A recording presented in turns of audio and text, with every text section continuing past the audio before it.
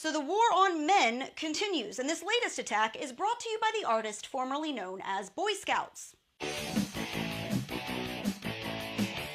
The Boy Scouts, or should I say Scouts BSA, they're officially changing their name after the organization announced last year that they'd be allowing girls to join their ranks. Because apparently it wasn't enough to just have, Girl Scouts. So now the Boy Scouts will officially start enrolling girls next year, but the Cub Scouts have already started. In fact, more than 3,000 girls have already joined about 170 Cub Scout packs. This summer, the BSA will launch a national recruitment campaign called Scout Me In, where they're going to try to enlist as many girls as possible, for inclusivity, which of course is not at all a giant marketing gimmick to take in more money. No. Now, this is hardly the first time that the group has caved to PC culture. The organization found itself in hot water with a whole bunch of people just last year when they announced that they would begin accepting transgender boys, also known as, girls. 2 years before that, they changed their long-standing policy to allow openly gay men to serve as scout leaders. Now, in the spirit of this inclusivity, the entire organization now has to change its name to reflect its new Girls Aloud policy.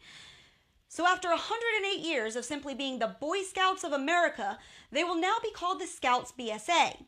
They say that the new name evokes the past, but also conveys the inclusive nature of the program going forward. They say, and I quote, "We're trying to find the right way to say that we're here for both young men and young women." So here's a thought.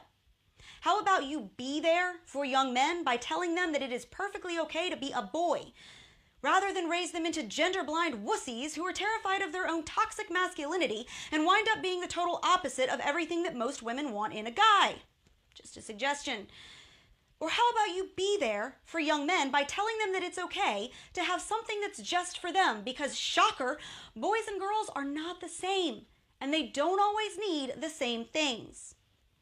How about you be there for young men by teaching them to appreciate what makes them boys and raise them into strong, proud, successful men who can appropriately manage their masculinity instead of fleeing from it or abusing it? Because God knows we do not have enough fathers teaching our boys how to be men, and someone needs to. How about you be there for young men by actually being there for young men?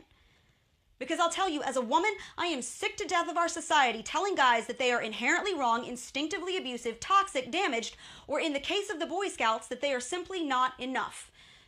We beat up on guys every single chance we get, and then we wonder where all the good men have gone. Well, they're out there. You just may have to look a little harder these days. And maybe don't look for them in the Boy Scouts.